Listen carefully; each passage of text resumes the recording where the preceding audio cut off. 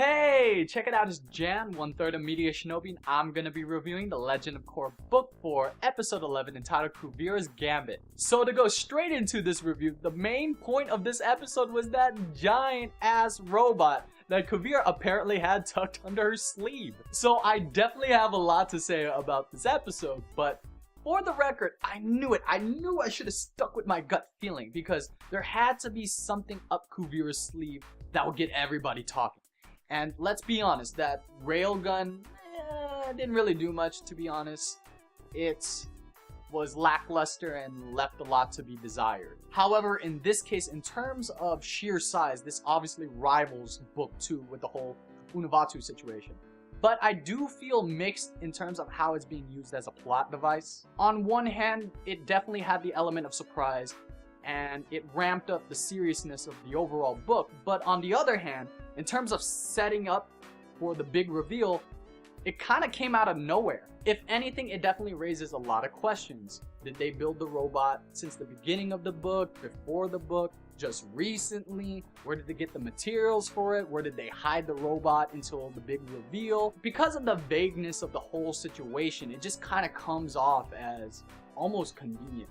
But if anything, I'm going to hold off judgment until they kind of explain this further in detail, hopefully within the last couple of episodes, because we're now approaching the finale. We also get to see Batar get captured by Korra and the gang in order for them to interrogate him to find out any information they could use against Kuvira, and more specifically, this new giant robot. This obviously fails, and if anything, Kuvira then tries to shoot a laser at them and it explodes and leaves off at the cliffhanger. So we don't know if anyone died or if everyone lived. That's going to be left to the next episode. Now, the safe route is obviously that they all survive. But if they want to go down the more ambitious route, they should actually kill off at least one character. And by character, I mean someone that actually matters to the story. If I had to nominate, it would either have to be Batar Jr. or Suyin. I did consider Bolin at one point, but he's one of the main four, so I obviously disregarded that. And if I had to place my bet on one or the other, I would have to go with Suyin, because Batar Jr. is obviously going to switch sides, team up with Korra and the gang, because Kuvira almost killed him. Not to mention, if Suyin dies, that's an additional incentive for Batar Jr. to go against Kuvira. She finally apologized and wanted him back.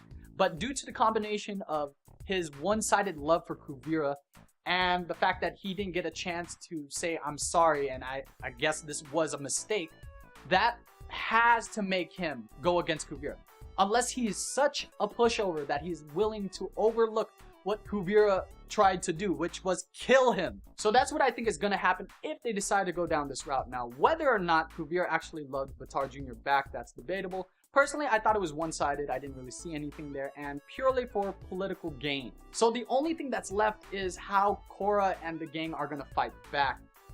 Kuvira's army is way too powerful, and this book definitely placed a lot of emphasis on more characters aside from Korra. So they're going for a more everyone contributes, and this is more of a united effort to beat Kuvira route. So if that's the case, they need to give something to Asami and Varrick. They have nothing anymore. So if anything, like I said, Varrick will play around with that whole electromagnetic that makes every robot rendered useless.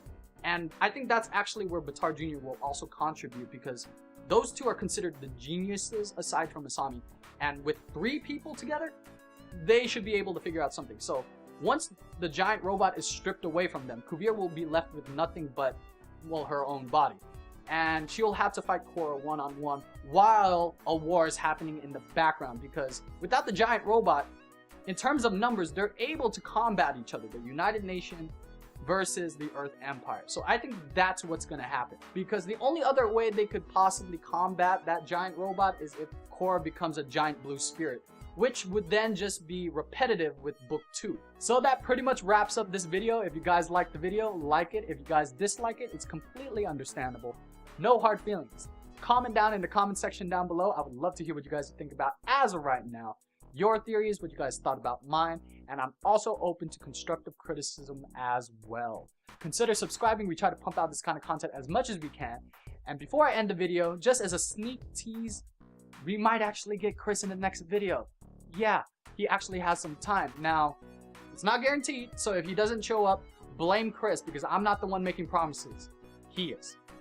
Other than that, we still need a series that we need to review episode by episode after The Legend of Korra ends.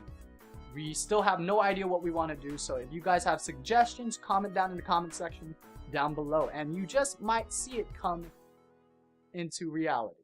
I don't know why I took a weird pause on that part. I'm tired. I'm running out of breath, so I'm going to end this video really quick. So this is Jan, 1/3 of MediaShinobi signing out, and I'll see you in the next video. Later.